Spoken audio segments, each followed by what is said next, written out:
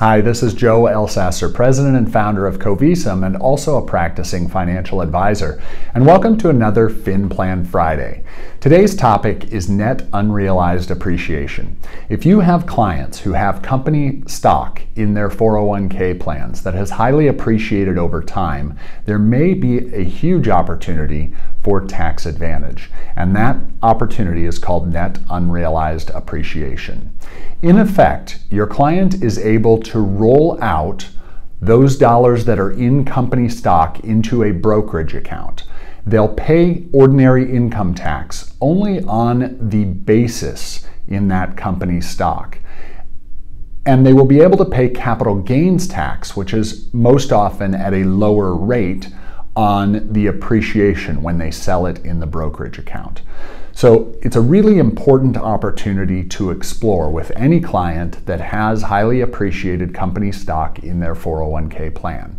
Now, there are a few important caveats here. The first is that the company stock must be rolled in kind to the brokerage account. You can't sell the stock in the 401k and then roll the money into a brokerage account. You'll lose that NUA tax treatment.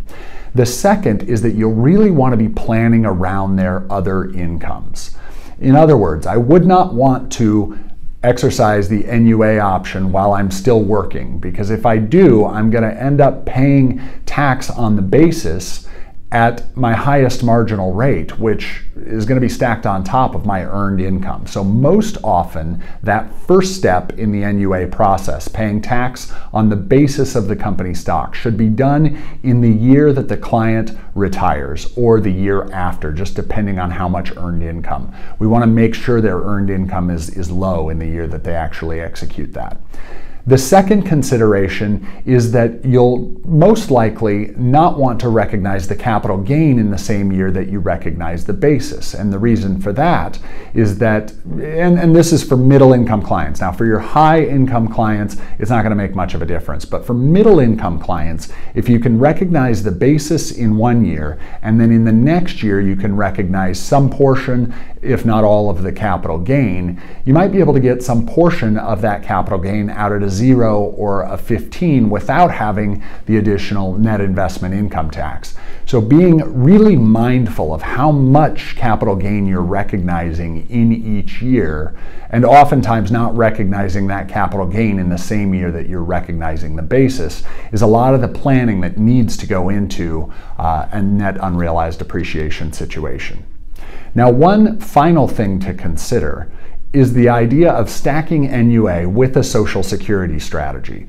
You've heard us talk over and over and over again about Social Security strategies paired with Roth conversions, and that's a great concept. It's a very similar concept here. If you're implementing a Social Security strategy, most often you're delaying the high wage earner benefit in the household for as long as possible, out to age 70. And that clears space to do Roth conversions. In the same way, it also clears space to do an NUA transaction where you are recognizing the basis, because you're not going to want to be making Social Security taxable when it otherwise wouldn't have to be, not to mention the benefits of the Social Security strategy in the first place.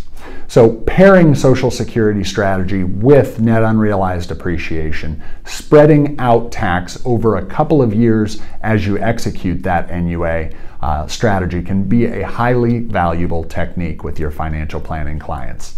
Thanks so much. We look forward to the next FinPlan Friday.